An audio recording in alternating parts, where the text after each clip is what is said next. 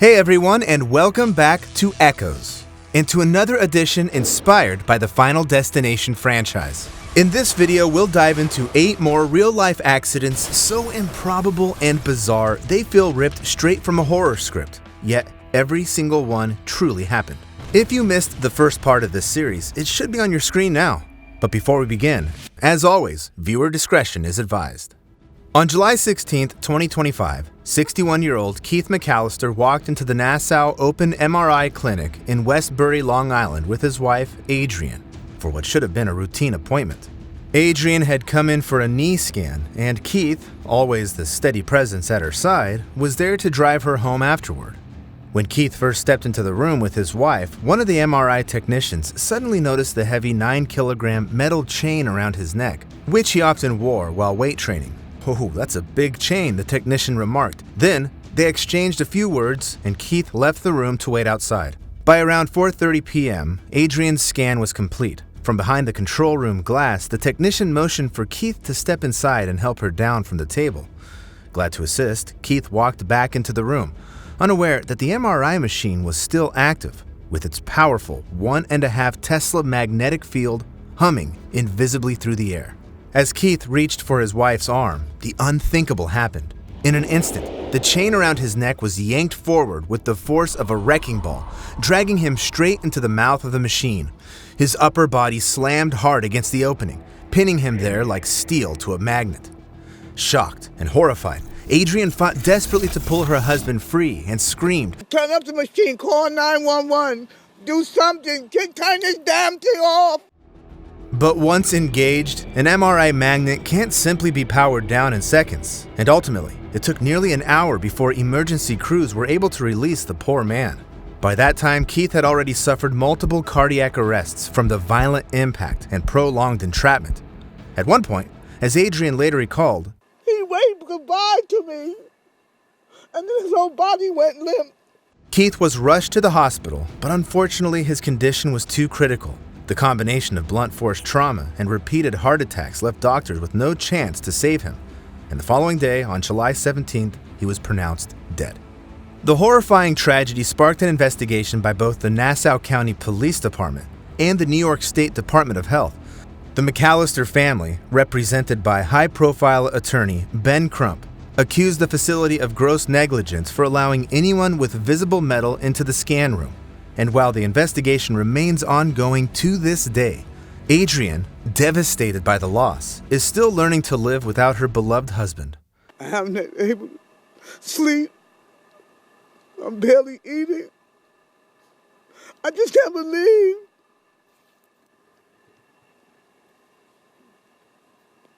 I still trying to wrap my head around the whole thing." Unfortunately, the next tragedy also unfolded in a split second, right in front of a loved one, only this time the danger came hurtling across a busy highway. On Wednesday morning, August 14th, 2024, 20-year-old Autumn Mccclure slid into the front passenger seat of her boyfriend's car in the quiet Tennessee town of Soddy Daisy. The couple's plan was simple: drop Autumn's little brother off at daycare in nearby Ringgold, Georgia, and then go about the rest of the day. The drive south along Interstate 75 was routine. Traffic moved steadily, the summer morning sun glinting off the hoods of cars. Autumn glanced toward the back seat now and then, checking on her brother, who was quietly looking out the window. Her boyfriend, Tyler Nunley, kept the car at highway speed as they approached the Georgia state line. Meanwhile, somewhere ahead, a large commercial truck lost a critical piece of its braking system, a solid metal brake drum weighing more than 55 kilograms. Within seconds, it bounced hard on the asphalt, then launched into the air like a shot from a cannon. In a cruel twist of fate, it came hurtling straight toward Tyler's car. The explosion of glass was instant, and no one inside even had time to react before the heavy steel slammed into Autumn's chest and neck with devastating force. Tyler managed to pull the vehicle off the interstate and into a nearby parking lot as horrified drivers called 911. Emergency crews arrived within minutes, but the trauma was far too severe to be survivable. And tragically, Autumn was pronounced dead at the scene. In a single moment, Autumn's large family lost a beloved daughter and sister, known for her warmth, love of animals, and the bright future she was building. Tyler, still shaken by the tragedy that unfolded right before his eyes, later shared his grief in an Instagram post just 2 days later, calling autumn the brightest, most spectacular part of my life. Yet the next deadly strike didn't come from speeding metal or a runaway vehicle, but from something far more ordinary. It was just after noon on a warm, breezy summer day at Garden City Beach in Horry County, South Carolina, on August 10, 2022. Tourists and locals dotted the sand with folding chairs, towels, and umbrellas, the usual colorful patchwork of a mid-August afternoon. Among them was 63-year-old Tammy Perau, a well-known and much-loved member of the nearby Surfside Beach community, spending the day with her husband, Mike, and several friends. The morning had been calm, but shortly before 12:40 p.m., wind speeds began to pick up, with the gusts reaching around 33 kilometers per hour. Not unusual for a coastal afternoon, but enough to make beach umbrellas extremely dangerous. And somewhere up the shoreline, one of those umbrellas, already open and planted in the sand, had not been anchored deeply enough. A sudden gust ripped it free, sending it tumbling end over end down the crowded beach. Several beachgoers shouted warnings, but it happened too quickly for anyone to react. Tammy, sitting with her friends, simply didn't have time to move before the umbrella's shaft struck her arm, then drove into her upper chest with tremendous force, piercing her ribcage. Bystanders rushed in immediately, among them off-duty medical professionals who applied pressure and tried to keep her conscious. Meanwhile, Mike knelt beside his wife, holding her hand. Emergency responders from Merle's Inlet Garden City Fire District and Horry County Police Beach Patrol arrived within minutes and rushed Tammy to the emergency department at Waccamaw Medical Center. But despite the rapid response, doctors were unable to save her. In less than an hour after the accident, Tammy was pronounced dead from chest trauma and catastrophic internal injuries. The Surfside Beach community reeled from the news. Tributes poured in online, especially from Scotty's Beach Bar, where Tammy was a regular, and from friends who called her one of a kind. And for her husband, he later reflected on the surreal speed of events, saying Tammy bled out in maybe 30 or 40 seconds, and that nothing could prepare him for how suddenly she was taken away. According to the U.S. Consumer Product Safety Commission, nearly 31,000 umbrella-related injuries were treated in U.S. hospitals between 2008 and 2017. Yet fatalities like Tammy's are considered 1 in a million. But as the next tragedy shows, sometimes the odds mean nothing at all, because what are the chances of walking out your front door and being struck dead by a falling brick?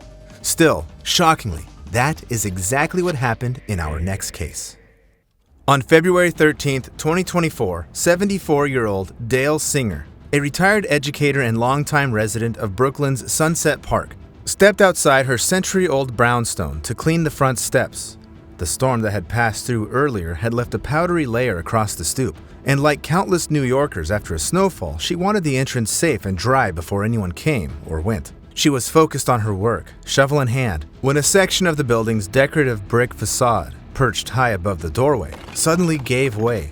Loosened by decades of weather and years of neglect, the bricks sheared off the parapet and plummeted toward the sidewalk. The first few chunks struck the iron railing and smashed into the landing. Then several more, heavy and jagged, slammed directly into Dale. The impact threw her backward, shattering the shovel handle and knocking her unconscious instantly. Neighbors who heard the crash rushed outside, some calling 911, while others, including Dale's adult son, tried to reach her through the scattered debris. Within minutes, New York City Police Department officers and firefighters were on the scene and found her lying still at the bottom of the stoop, with her head and upper body pinned beneath bricks. Once freed, Dale was rushed to Maimonides Medical Center, only to be pronounced dead shortly after arrival from catastrophic injuries to her head and neck. In the days that followed, the New York City Department of Building confirmed that the building, a 120-year-old 4-story brownstone, had not been properly maintained. Eventually, the property owner was issued violations for failing to keep the facade in a safe condition. And while the entire block was shaken by this freak accident, the man in the next case could never have imagined that his own final moments would have come surrounded by garbage, in the most horrific way possible. On the early morning of January 11th, 2022, a garbage truck rolled slowly along North Morrison Boulevard in Hammond, Louisiana. Its driver, working his regular pre-dawn route, stopped beside a large commercial dumpster and engaged the mechanical arms.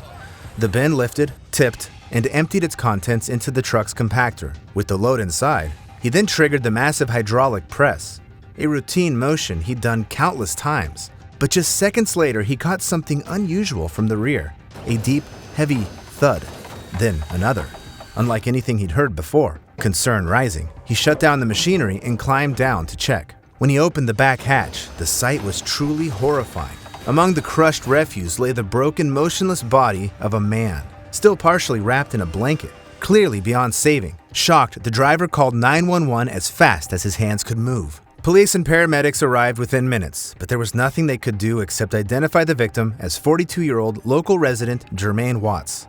Later, investigators determined he had been inside the container when it was emptied, likely having climbed in during the night to escape the cold.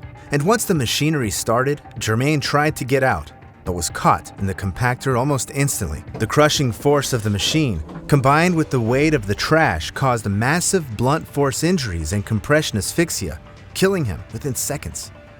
The next victim also met a tragic end from asphyxiation. Only this time, it happened in a bathroom under circumstances that felt ripped straight from a movie.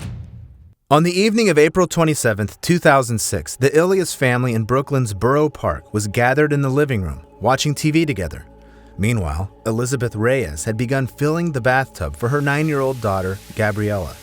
When the water was ready, the girl left the couch, smiling, and headed for the bathroom, looking forward to the next day, when she'd earned a special lunch with her teacher at school.